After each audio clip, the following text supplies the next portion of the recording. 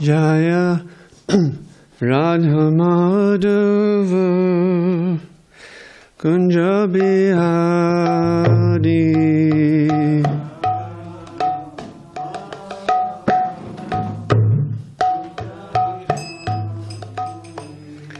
Jaya Radha Madhava Kunja Bihari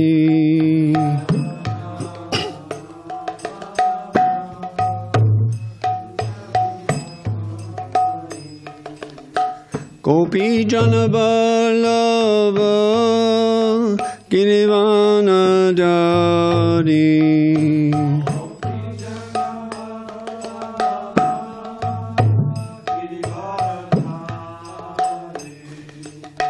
Gopi Jana Vallabha Girivana Dari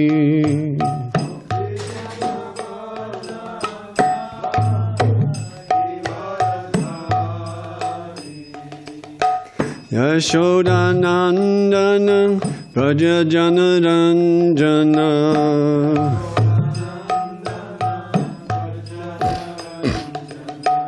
Yashoda Nandana Praja Jana Ranjana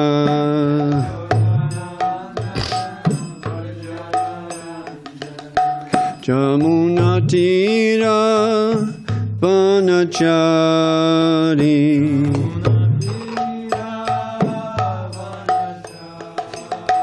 Jamuna Tira Vanachari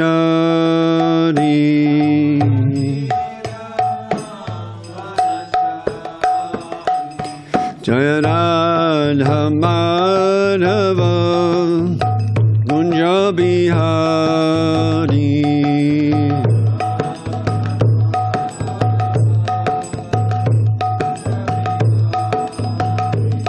Jaya Radha Madhava Kunja Bihari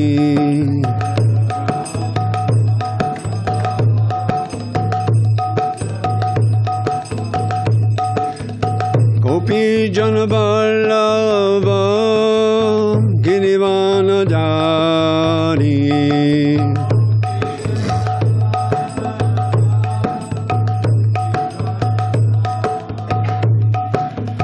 Gopi Jana Vallabha Girivana Dari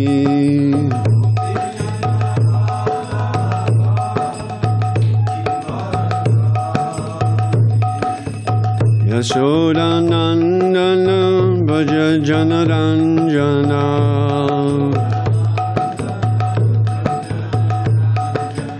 Yashoda Nandana Bhaja Jana Ranjana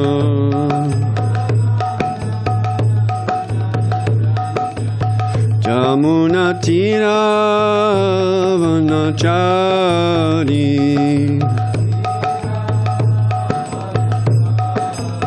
Jamuna Tira Vanachari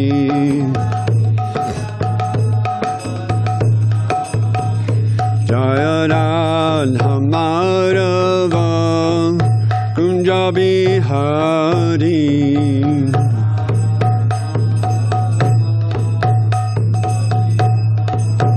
Jaya Radha Madhava Kunja Bihari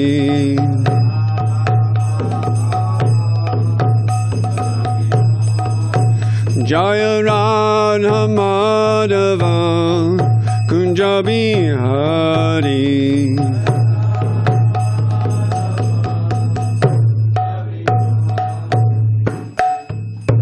Jaya Om Vishnupad Paramahansa Parivraja Gacharya Stavtarasita Shri Srimad His Divine Grace Shri A.C. Bhaktivedanta Swami Prabhupada Ki Jai Ananta Koti Vaishnava Vrinda Ki Jai Harinamacharya Shri Haridas Thakur Ki Jai Prem Se Gaur Shri Krishna Chaitanya Prabhu Nityananda Shri Advaita Gadadhar Shivasari Gaur Bhaktivinoda Ki Jai Shri Shri Radha Krishna Gopa Gopinath Shyamakun Radhakun Giri Govardhan Ki Jai Shri Vrindavan Dham Ki Jai Mayapur Navadvip Dham Ki Jai Jagannath Puri Kshetra Ki Jai Nu Govardhan Dham ki jai, Samveda Bhakti Vrindi ki jai, Nitai Gaur Premanandi, Hari Hari Bo. All glories to the Assembled devotees, all glories to the Assembled devotees, all glories to the Assembled devotees, all glories to Shri Shri Guru and Gauranga. Om Namo Bhagavate Vasudevaya. Om Namo Bhagavate Vasudevaya. Om Namo Bhagavate Vasudevaya.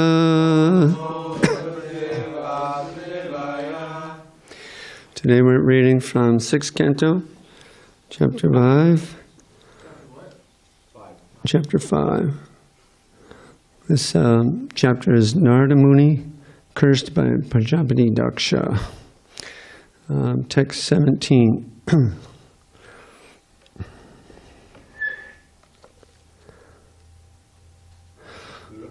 Hmm?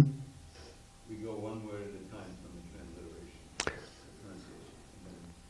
So when it's hyphenated, it's... Just punch up, and then tatvana, and it's fine. So pancha is one word? Yeah. Okay. Pancha Vimshati Tatvanam Purusha Adbhuta Darpana Adhyatmam Adbhutasya Iha Kim Asat Karmabhi Bhavet. So, okay. Pancha Vimashati Tatvanam Purushodvuta Darpanaha Adyatmanam Adbhutasyeha Kimasat Karmabhir Bhavet. Pancha Vimashati Tatvanam Purusho Adbhuta Darpanaha Adyatmanam Adbhutasyeha Kim Asat Karmabhir Bhavet. Pancha Vimshati Tatvanam Purusho Adbhuta Darpana Adyatmam Budasya Yeha Kimasat Karmabhir Bhavet.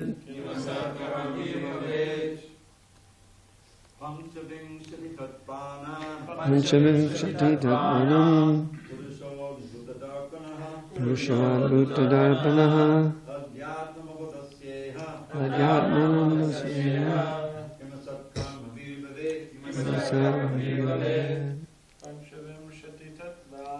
Panchavimshati Tatvanam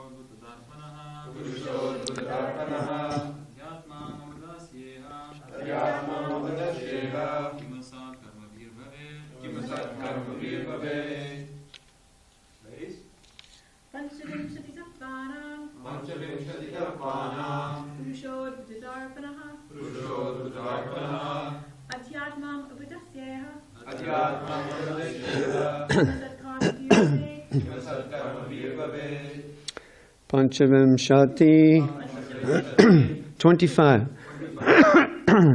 Tatvanam of the elements. Purusha, the Supreme Personality of Godhead. Adbhuta Darpanaha, the wonderful manifester. Adhyatmam, the overseer of all the causes and effects. Adbhutasya, of one who knows not. Of one who does not know. Iha, in this world. Kim, asat karmavi, bhavet, what can be the benefit of engaging in temporary fruitive activities? Translation by Srila Prabhupada. Narada Muni had said that there is a house made of 25 elements. The Haryashvas understood this analogy. The Supreme Lord is the reservoir of the 25 elements, and as the Supreme Being, the conductor of all cause and effect, He causes their manifestation. If one engages in temporary fruitive activities, not knowing the Supreme Person, what benefit will he derive? I changed a word. You did? Oh.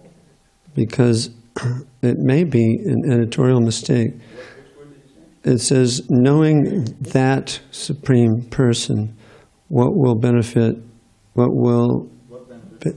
Yeah. So it was confusing me. Not knowing that's the thing. Not knowing that Supreme Person. Oh, I see how it is now. Not knowing that Supreme Person, what benefit will he derive? Purport. Philosophers and scientists conduct scholarly research to find the original cause, but they do not do so scientifically. But they should do so scientifically, not whimsically or through fantastic theories. The science of the original cause is explained in various Vedic literatures. Atatu Brahma Jigyasa, Janmadhyasya Yataha. The Vedanta Sutra explains that one should inquire about the Supreme Soul. Such inquiry about the Supreme is called Brahma Jigyasa. The Absolute Truth, Tattva, is explained in Srimad Bhagavatam 1-11. Vedanti tattvadas tattvam yajganam advayam brahmeti brahmeti bhagavan iti shabhyate. Learned transcendentalists who know the absolute truth call this non-dual substance Brahman, Paramatma, or Bhagavan. The absolute truth appears to neophytes as impersonal Brahman, to advanced mystic yogis as Paramatma, the Supersoul, but devotees who are further advanced understand the absolute truth as the Supreme Lord, Vishnu. This material cosmic manifestation is an expansion of the energy of Lord Krishna or Lord Vishnu. Ekadesha stitasya yonish jyotishna vishtarini yatra Parasya Brahmana Shaktis Tatedam Akilam Jagat. Whatever we see in this world is but an expansion of various energies of the Supreme Personality of Godhead, who is like a fire that spreads illumination for a long distance, although it is situated in one place. Vishnu Purana. The entire cosmic manifestation is an expansion of the Supreme Lord. Therefore, if one does not conduct research to find the Supreme Cause, but instead falsely engages in frivolous, temporary activities, what is the use of demanding recognition as an important scientist or philosopher? If one does not know the ultimate cause, what is the use of this scientific and philosophical research? The Purusha, the original person, Bhagavan, Vishnu, can be understood only by devotional service. Bhaktya mam avijanati. Yavan chasmi tatvataha. Only by devotional service can one understand the Supreme Person who is behind everything.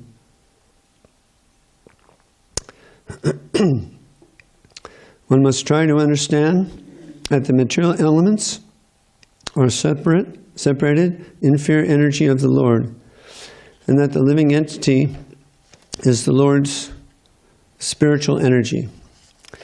Whatever we experience, including matter and the spirit soul, the living force, is but a combination of two energies of Vishnu, the inferior energy and the superior energy. One should seriously study the facts concerning creation, maintenance, and devastation, as well as the permanent place from which one never needs return. Yat gatva na nivartante. Human society should study this, but instead of culturing such knowledge, people are attracted to temporary happiness and sense gratification, culminating in bottomless, topless passion. There is no profit in such activities. One must engage himself in the Krishna consciousness movement.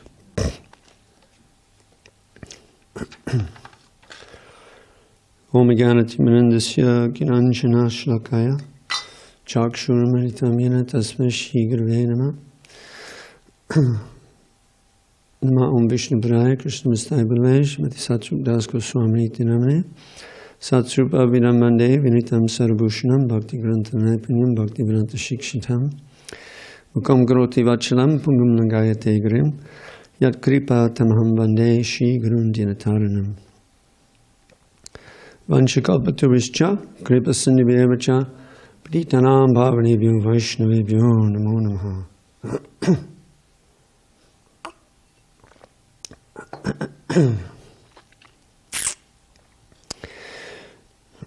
Translation again. Narada Muni had said that there is a house made of 25 elements. The Haryashvas understood this analogy.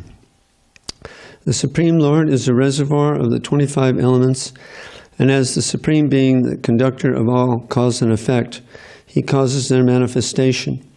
If one engages in temporary fruitive activities, not knowing that Supreme Person, what benefit will he derive? So Srila Prabhupada points out that here in his purport, that the philosophers and scientists, they conduct such scholarly research.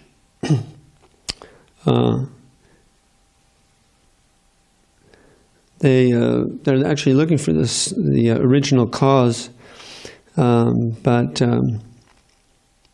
they should do so scientifically, properly, not just through fantastic theories. They've taken this Darwin's theory, which originally was just to try to explain, changes that were being observed in the varieties. But then they expanded it to try to come up with their own idea of the creation of the universe. Of course, Srila Prabhupada comes to the West and immediately begins to challenge, So his very famous challenge was that, if you say there's some Big Bang, some, great expansion, some kind of, event that everything came from, then where were the ingredients? Where were the initial ingredients of this event? And ultimately, Stephen Hawkins had to admit that actually we can't start from just zero. Of course, his admirers didn't like that. But he had to become a little bit honest and say, obviously, we can't start from absolute zero and expect to have a very expanded, complicated universe that we can barely understand with our extended senses and understand with even our collective intelligence. So he challenged like that, and of course all of his students were shocked, and so were the scientists. Who is this man? He's supposed to be a religionist, a Hindu, but he's challenging us to the core here. Dandavir Maharaj also took up the banner, as well as many devotees, disciples of Srila Prabhupada, and continued to challenge the scientists. And at one point he said they are starting to really become upset with me. They're saying that I am ruining science. Yeah. Dandavir Maharaj ki jai. What we're really doing is we're challenging these fantastic theories that they're coming up with, utilizing their 64 ounces of brain matter, which it only goes so far. And when you collect it all together, how many pounds of brain matter are you going to have? It's still going to be a limited supply, and you're going to try and understand the unlimited with the limited, which is not possible. But it is possible by getting the mercy of Guru and Krishna. Then the knowledge, all this knowledge is coming from Krishna. So if we're really sincere about finding him, he'll give us this knowledge. But these people are not sincere, so they don't get the knowledge. And they're constantly frustrated with their attempts at finding the source of consciousness and the ultimate creator. In fact, they're so envious. These atheistic scientists are so envious that they're just trying to remove God from the narrative, practically from the dictionary. They say that we have created God as a panacea or some kind of opiate to kind of pacify us, make us feel better. But the fact is that Krishna is the original truth, and they have manufactured atheism to make themselves feel better. Because they're so envious of God, they manufacture this atheistic idea. And Krishna makes their faith stronger too, which is, sometimes we think, Krishna, you're kind of working against us here. What's the deal here? We have this game going on. You tell us in your Bhagavad Gita that hardly anybody's going to come. Those that do come will hardly know you in truth. And yet you send Lord Chaitanya and tell us that this chanting of Hare Krishna will be spread over the world, and there'll be 10,000 years of transcendental prosperity. So you've really got the playing field set with all this opposition. And then, of course, Maya's there too, to distract us and try to deter us. So another thing I'd like to expand on is that Krishna is he's the conductor of cause and effect. So this cause and effect is recognized by modern scientists. It's pretty obvious. One action will be preceded by an opposite and equal reaction. And Krishna is the creator of this system and the conductor. So, in one sense, the wise lament neither for the living nor the dead. They see the suffering, and because we're compassionate, of course, we feel for the suffering of the living entities. But we know what the real solution is. And the real solution is to connect them with Krishna. And those that come forward after such connection, that want to become pure devotees, That's what we focus on. We focus on the human society. Once they become Krishna conscious, one after another, then it just increases more connection, more chanting, more sankirtan, more book distribution, more book writing, so that more and more human beings are becoming Krishna conscious, which ultimately steps in the way of every living entity's karma, because we're chanting loudly, holding festivals, the incense is going here and there. Every living entity is benefited. And so if you want to change someone's karma, we have to connect them to Krishna. So right now we're being met with so many materialistic ideas, sentimental materialistic ideas to help the living entities, but they'll never be really helped unless they're connected with Krishna, unless they're given the holy name. So, the trees, the animals, the plants, they're connected with Krishna by ending up on Krishna's altar. Whatever they're providing, the trees are providing flowers and fruits, and the plants are providing all kinds of variety for Krishna's offering. Many of them will give up their life, potatoes, carrots, and things like that. They have to be harvested, and the whole thing is utilized, and they get a benefit. And the trees get a benefit from the flowers, and the cows get a benefit from the milk being offered. And so this is the real welfare work. It must be on the spiritual platform. We can't possibly help the cows by stopping interaction with the cows. We can't help them by not milking them, by not, there's a process for creating an oxen, and requires castration so that the large animal can be a little bit docile and utilized for plowing and pulling carts and different things like that in Krishna's service. But these things must be done as part of the Vedic culture.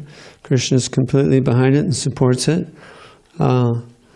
That's really, what Prabhupada's mission was, to create this system where every living entity is connected, and also that the humans that we create this Krishna prasad that's so delicious that they'll forget about eating meat. That's really our part of our mission, is to get the conditioned souls away from all this sinful activity, so that they can rise to a higher level and become fit for receiving Krishna consciousness. It's not that everyone has to be a vegetarian before they come to Krishna consciousness. Like our dear Pavamana, he tells us about the time that he first heard about Krishna consciousness and got invited to the Sunday feast. And so this idea of Sunday feast, he was thinking, oh, this feast, it's like,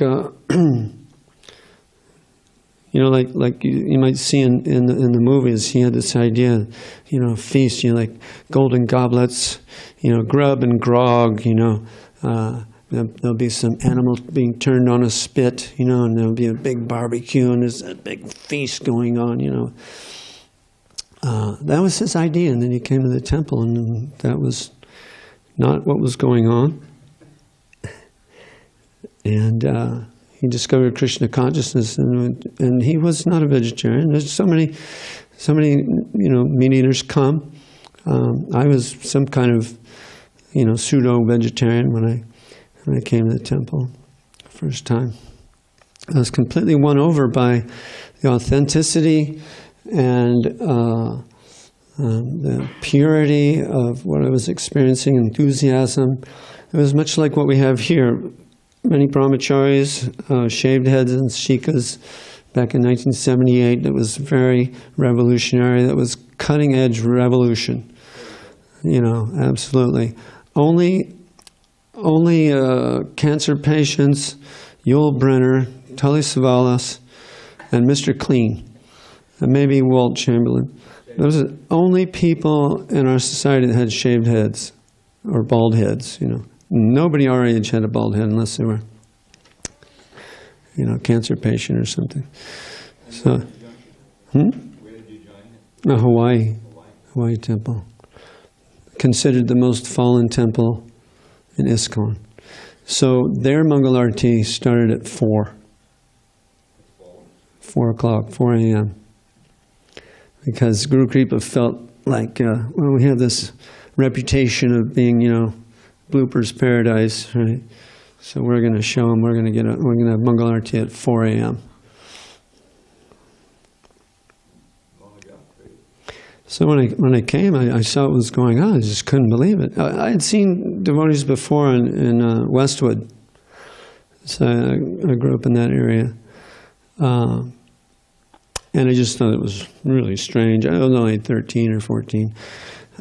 So it was a little bit of a job to get me to go to the temple. My friends wanted to take me. I joined, they didn't. Srila Prabhupada asked Brahmananda Swami at one point, he said, how did you join? And Brahmananda said, my friends took me. I joined, they didn't. And Srila Prabhupada said, me too. My friend took me.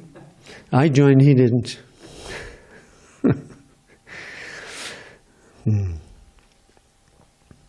So Krishna is he's in charge of this cause and effect. So some people, you know, some devotees that sometimes you might hear them say, you know, Krishna doesn't want us to suffer. Krishna doesn't like to see us suffer. He doesn't like to see anyone suffer. He doesn't. They'll say things like, "You know, Krishna doesn't want those cows to be suffering in the dairy." But you know, he doesn't want to have anybody. He doesn't want any of us to suffer. He wants us all to come back home and embrace our original nature. But he's set up this prison house where we have this punishment system, cause and effect. Of course, there's rewards. But ultimately, even the good rewards that we get here are punishment because we're not with Krishna. And that's the ultimate suffering. But in an indirect way, he sees us suffer, and he's okay with it. I mean, this is the system of becoming purified. So you know, he's not celebrating our suffering. You know, like some madman, you know, criminal.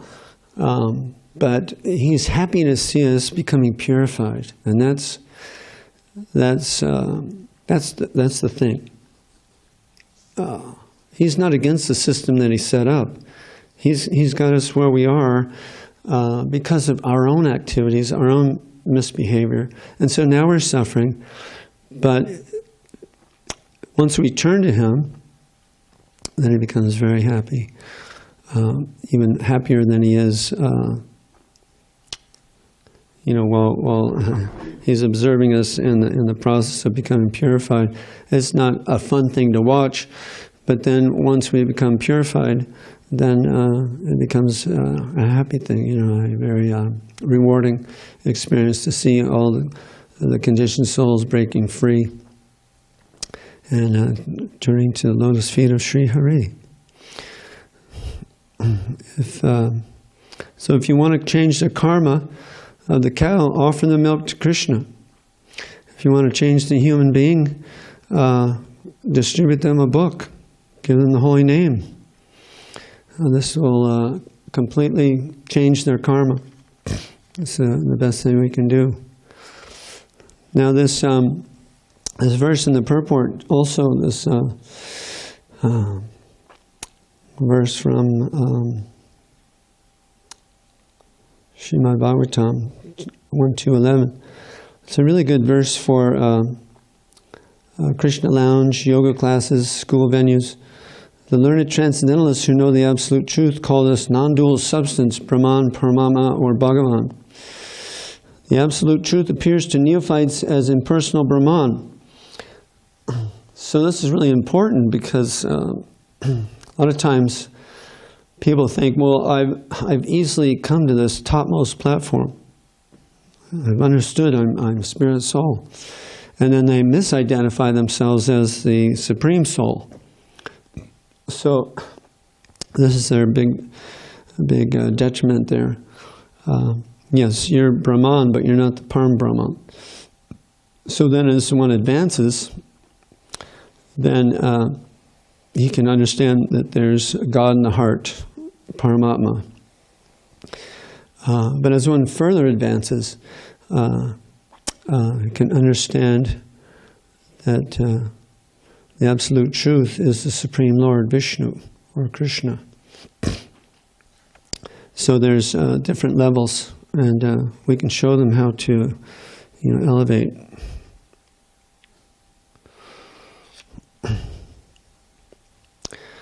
So they go on speculating, and after so much time, this frivolous and fantastic theories and all this crunching of theories and all this changing of speculation, it's just constantly changing the truth. And while in this process, they give themselves Nobel Peace Prizes and all kinds of accolades and PhDs and whatnot. But it's it's all built on a false concept that I'm this body, and that the universe started from nothing, and built on top of this super weak false foundation, they build an entire civilization where they're just headed towards repeated birth and death due to this cause and effect law of nature that's in place. So the bad things they do, the good things they do, they have to come back and enjoy and suffer and come back again and again and again, because they keep doing the same thing over and over, and they don't understand the result. They don't even understand the result. Sometimes they think they'll be going to heaven. At the same time, they're completely misunderstanding the teachings of Lord Jesus Christ, who says basically to love thy neighbor as thyself, but the neighbor cow, they're just going to slaughter that, because it tastes good and they think they're getting energy and vitamins. And so many other animals, so much suffering they're causing because of poor leadership and all kinds of intoxication because Jesus drank wine, or he turned wine into water and distributed it, or water into wine and distributed it. So we can drink, and sometimes we can become a little intoxicated as well, and the flesh is weak, and so many excuses. Actually, it's just, I was just disgusted with my Christian upbringing. I didn't see anybody very enthusiastic, not like Hare Krishna devotees. So when I came to the temple and saw amazingly enthusiastic they were, I was just shocked.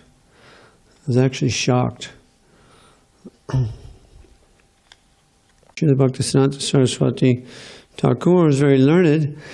He knew so many languages fluently. He was very expert in mathematics and astronomy, and but his spiritual master said, "Oh, your knowledge up to this point is useless." And he was shocked. He talks about how he was actually shocked by that. But it was very purifying, and it was a big eye-opener. And he knew then that, if you think my learning is useless, then you either have to have something far superior, or you have to be extremely proud. And so later he reflected, and he thought, he must have something far beyond, whatever intelligence I have. And so he went back and kept going until he got initiated. And so this kind of shocking tactic, he's also known as the chopping technique. And Srila Prabhupada's technique was kicking, a kicking technique. He would say later in his preaching, Leela, on this planet, that as soon as you hear these atheistic scientists and bogus incarnations and bogus gurus, as soon as you hear them speak something nonsense, just kick on their mouth. Don't tolerate it. You have to answer back strongly.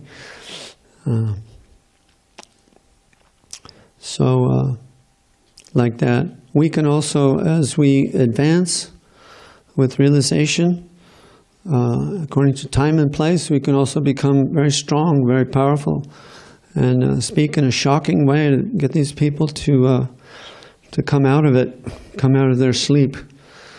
Sometimes we have to do that. Someone who's so deeply in sleep, so deep that you call their name, little something, and nothing's happening. They're not waking. So you may have to shake them. Hey, wake up! Wake up! It's time for Mangalarti.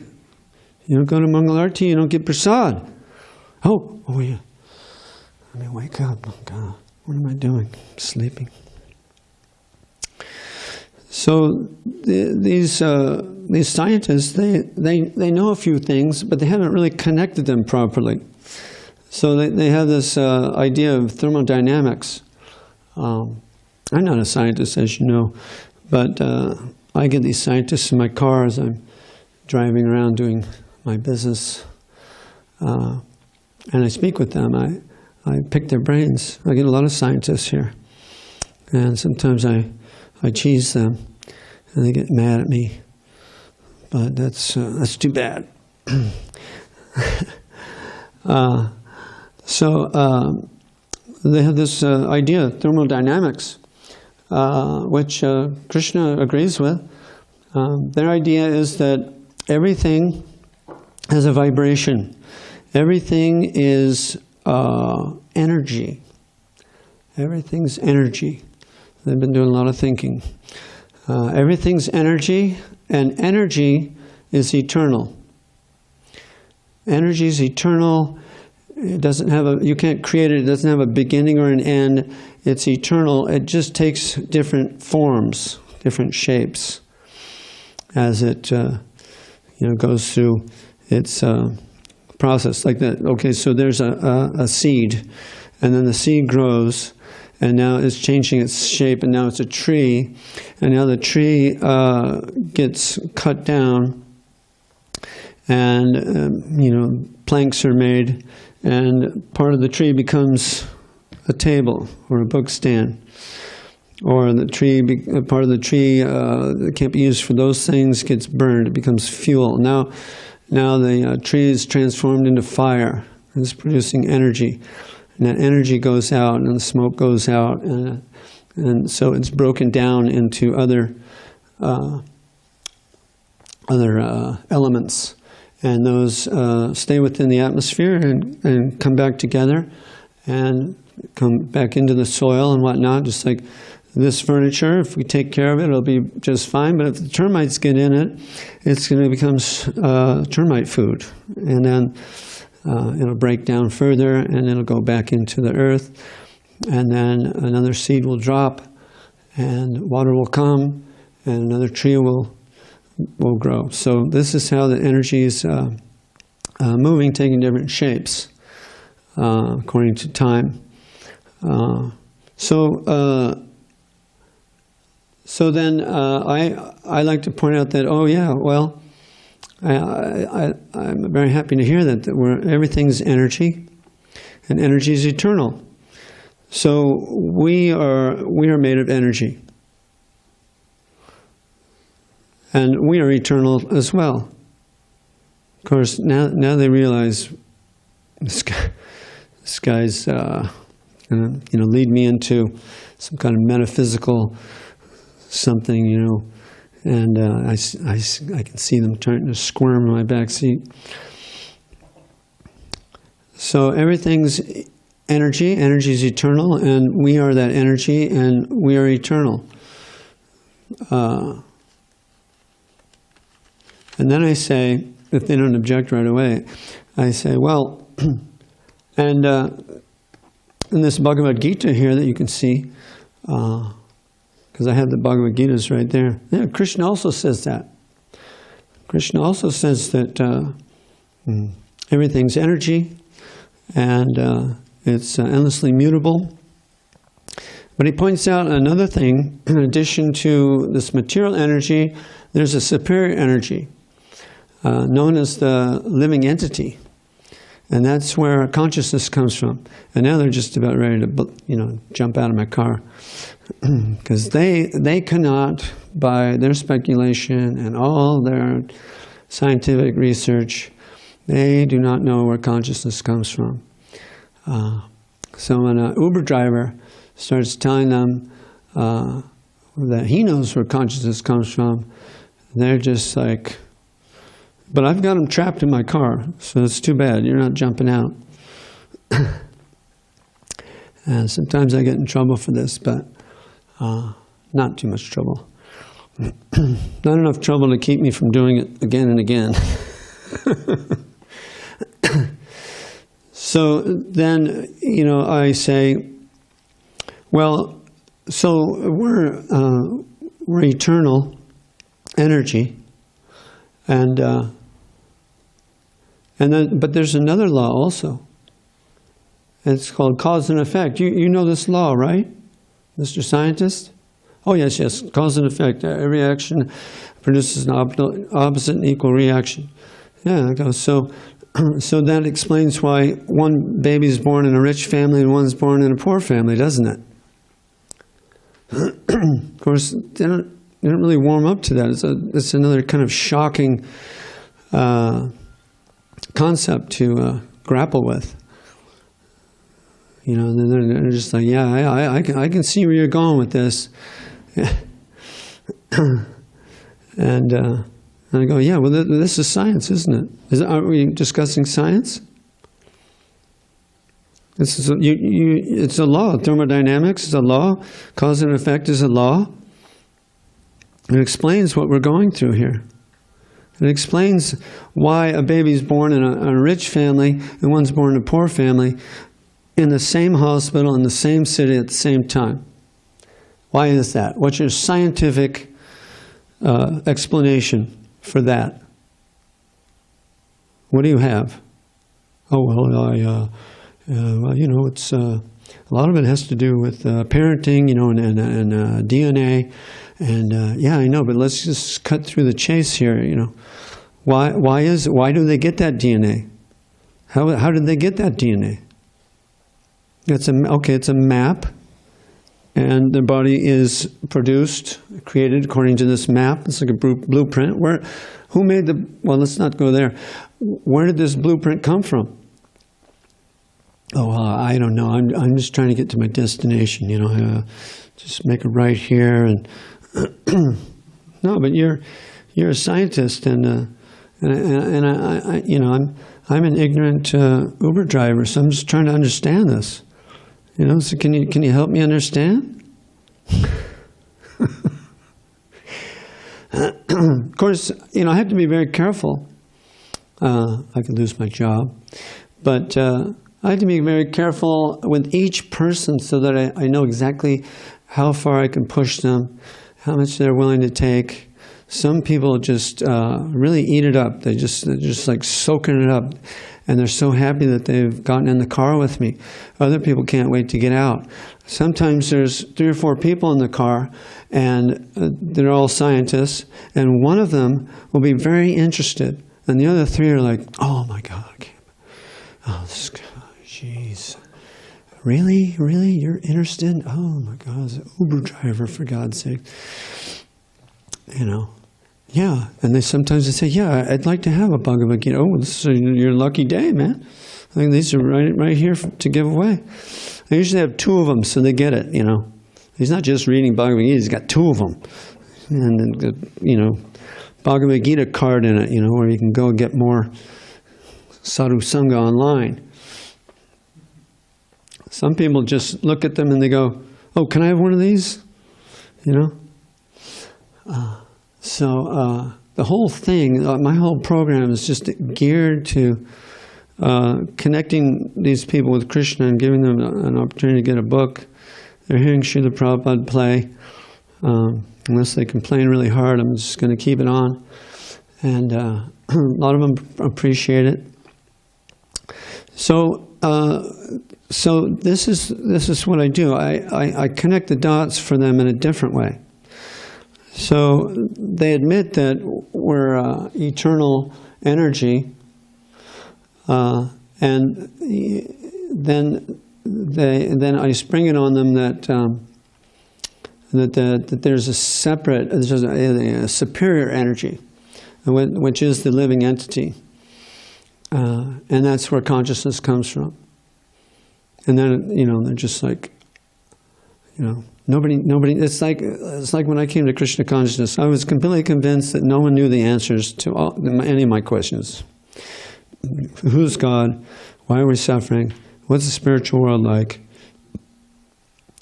You know, who are we? Oh, we're a combination of spirit and matter. We're the soul and the body, and when we go to heaven, we're going to be there in this body somehow, and it's all very shaky and fuzzy. So we're eternal, and then we get a certain type of body according to activities that we must have performed in a previous life then, right? Otherwise, how do we get this DNA? How did we get this map? What's it predicated on? What you know, is it just the whimsy of nature? It's not very scientific. You're a scientist. What's the scientific answer? So then I say, well, there must be a previous life. So these 2 things go together. If cause and effect is a real law of material nature, then there also must be reincarnation. There has to be a previous life.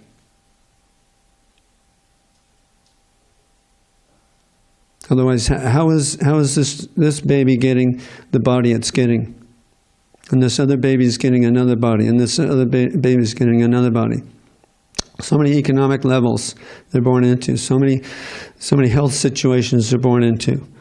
Someone's born deformed, someone's born, you know, amazing intellectual prowess and abilities that no, you know, 4 or 5-year-olds should have.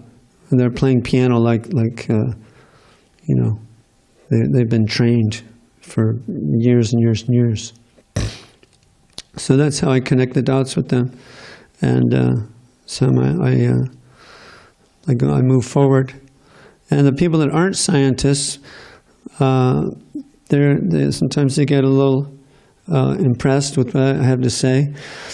I'm sure if I was at MIT or Johns Hopkins University giving this lecture, they would attack me like crazy and probably try to embarrass me and with their big vocabularies.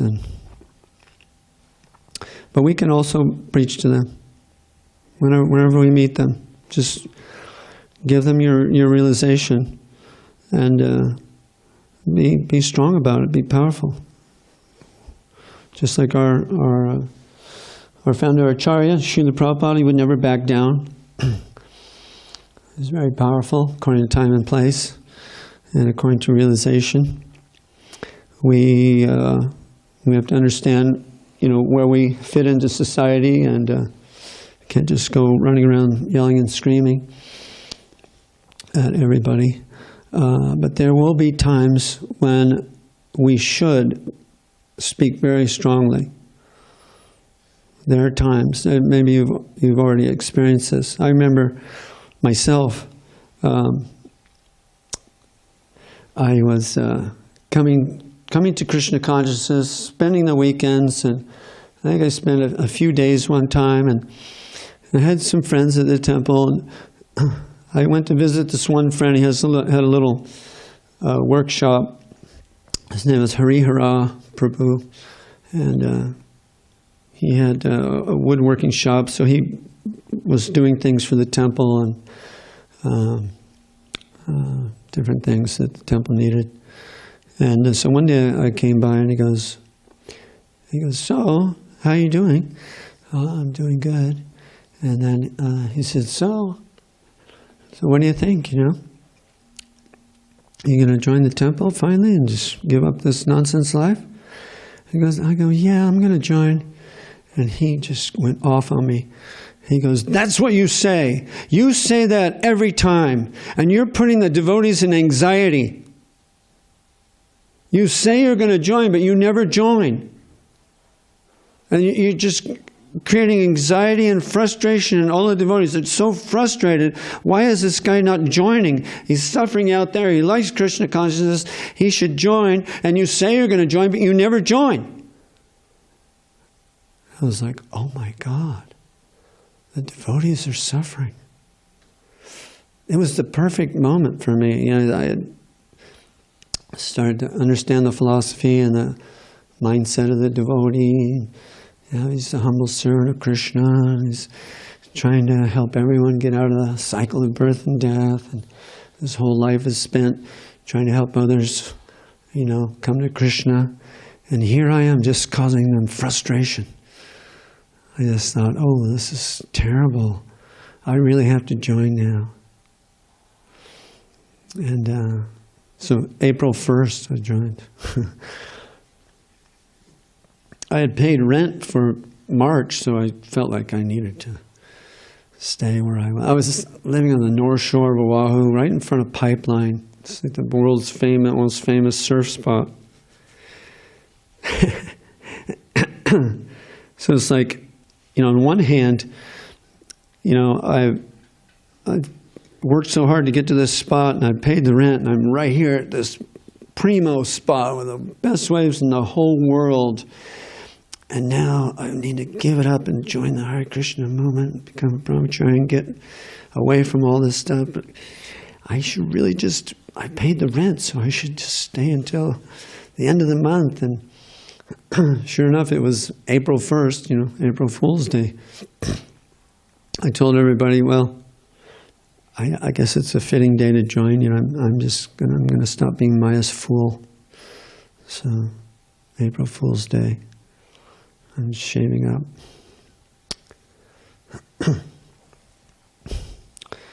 So, I've run out of time. Are there any questions or comments? I have a quick one. Okay.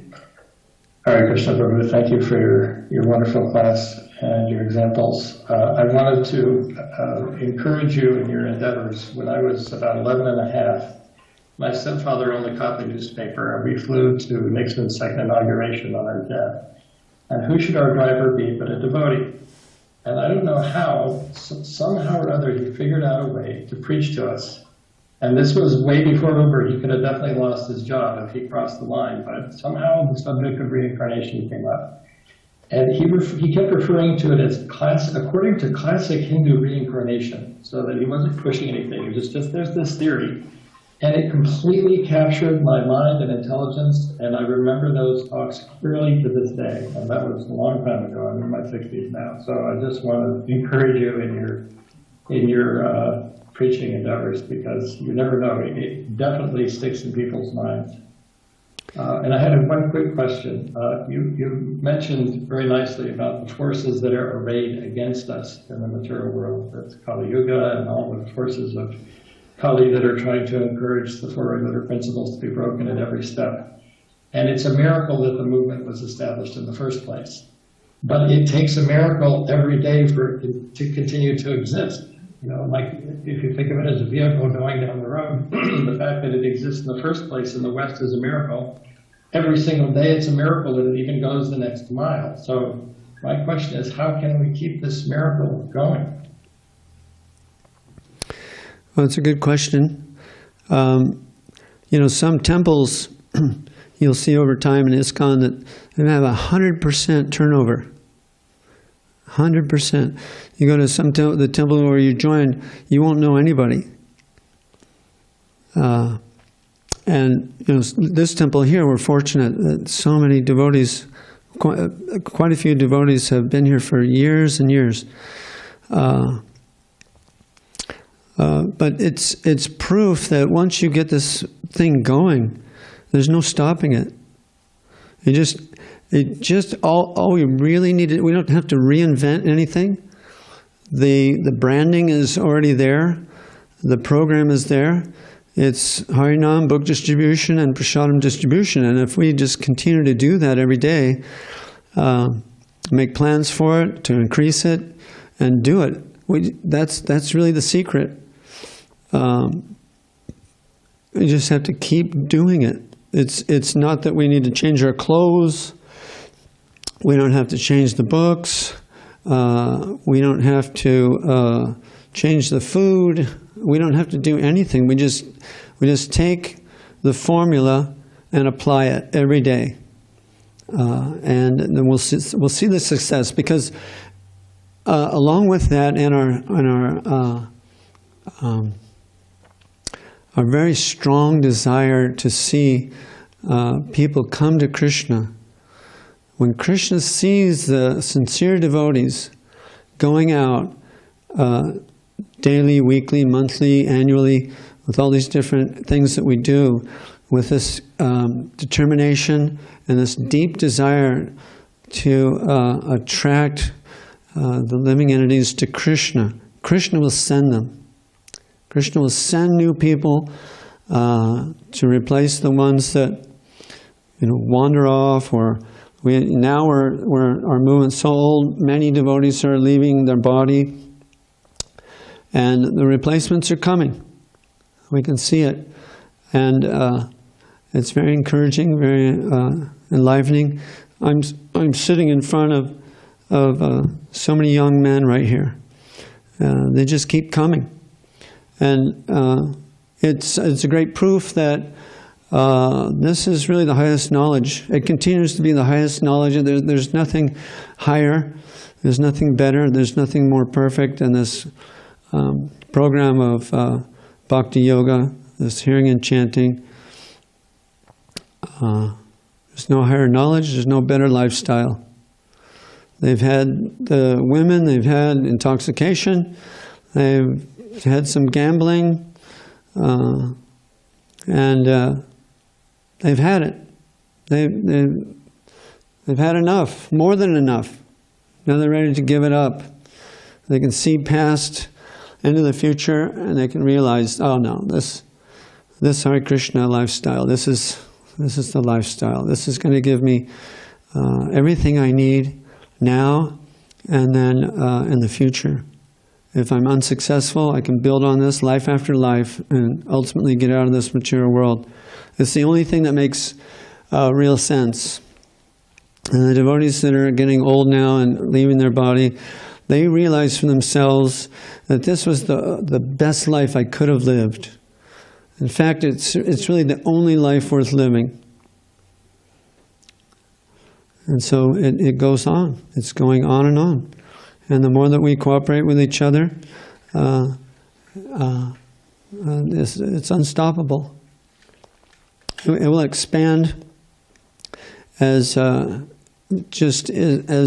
we are enthusiastic and pure. it will expand accordingly. All right, thank you very much. And what is your name, Prabhu, and where are you from? My name is Maitreya Das. I joined in San Diego in 1980, and I live in the Pacific Northwest, north of Seattle. Oh, okay. And your name, our speaker is a little fuzzy. Maitreya? Yes, Maitreya Das. And you were here in 1988? 1980. Oh, 1980. I was initiated right where you're sitting right now. Okay. I just recently visited the Hawaii temple, New Navadweep, and I also saw the spot where I was initiated, 1978, so what is that, 44 years ago? That yatra is dear to my heart. I first saw the devotees chanting on Waikiki Strip in 1969. Yeah, so we just keep going out, we just keep publicizing, and to see who wants to become a pure devotee of Krishna. That was Prabhupada's mission, was to make pure devotees of Krishna.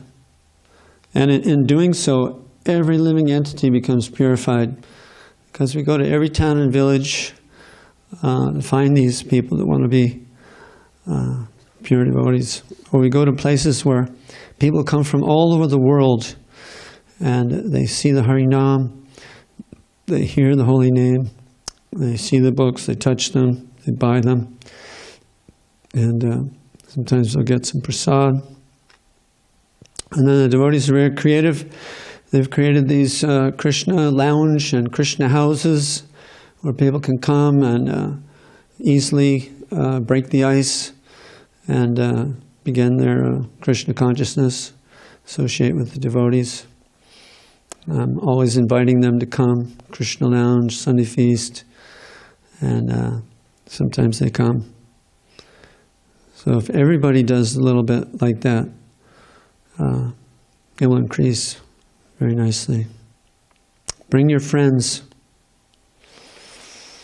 My friends brought me. Brahmananda's friends brought him. Srila Prabhupada's friend brought him. So I need to keep encouraging people to come. Because there's nothing like this. There may be some Buddhist monks that wear, these clothes and things, but I'm sure their food's not anywhere near, and their altar. This is so dynamic. People love the idea. They continue to love the idea that we are going to use our mind and intelligence, Krishna's service, and think of Krishna, how to give Krishna to others. You can't stop the mind.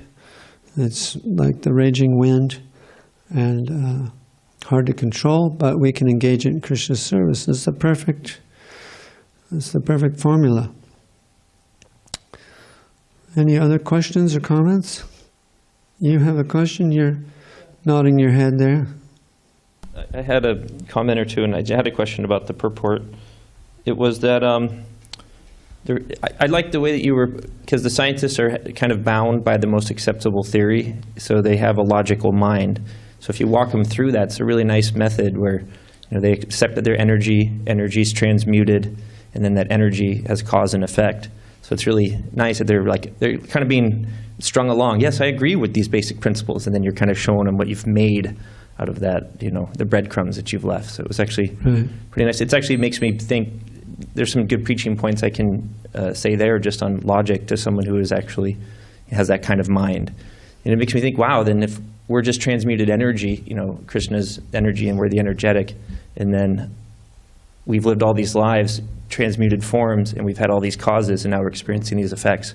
It's a really great way of kind of encapsulating all that philosophy, kind of point A, point B. I was thinking at your Uber ratings, if you're reading some of them, you get these 2-star ratings, and the guy goes, I wish I could give him 1 star. He really disturbed me, but his philosophy was so perfect, I got to give him 2 stars. It really threw me for a loop, but his philosophy was so great, so I got to give him that extra star. Yeah. So the question was about, I saw a new term or concept in the very end, and I think we kind of paused on it because it's such an interesting idea that the, human society should study this, but instead of culturing such knowledge, people are attracted to temporary happiness and sense gratification, culminating in bottomless, topless passion. It's an interesting idea, this bottomless, topless passion that temporary happiness and sense gratification culminates in. Do you have no way of trying to understand that? Well, it's really That's actually what he meant. it's really rather on the No, really. Prabhupada made issues of what these gentlemen clubs were. Not a place for a gentleman at all. It's a place to watch naked dance show, he would call it.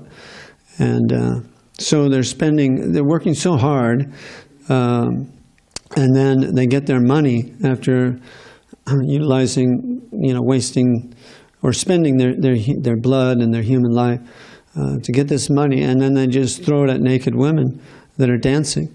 And so like this, they're being completely distracted and enamored by naked dance shows, topless and bottomless.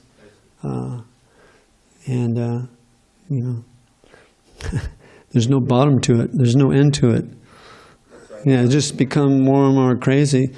If you look at women's bathing suits from 1930, practically it was like a suit of clothes, like a business suit, only it's for bathing in.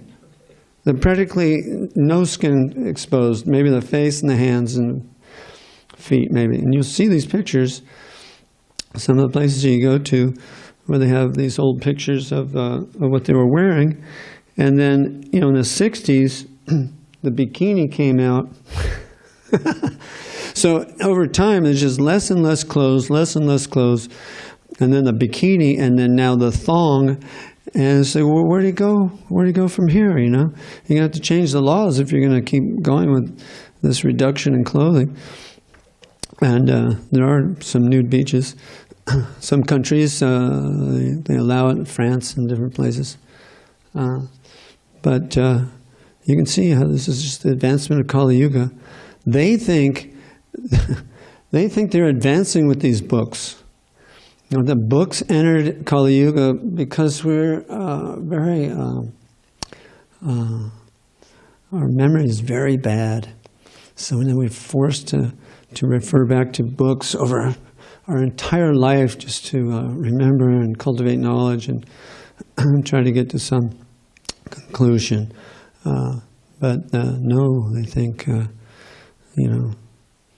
they come up with other things too, like I love this one, prehistoric. You know what that means? They don't know the history.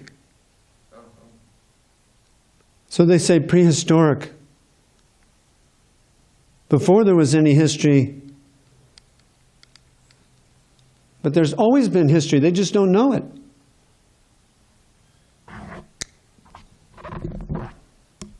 So they make up this prehistoric idea.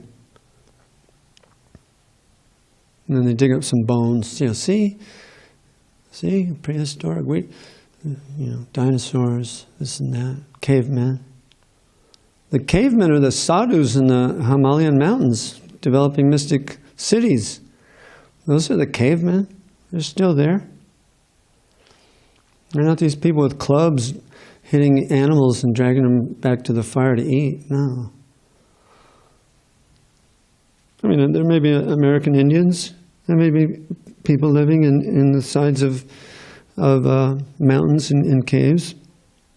That aren't so advanced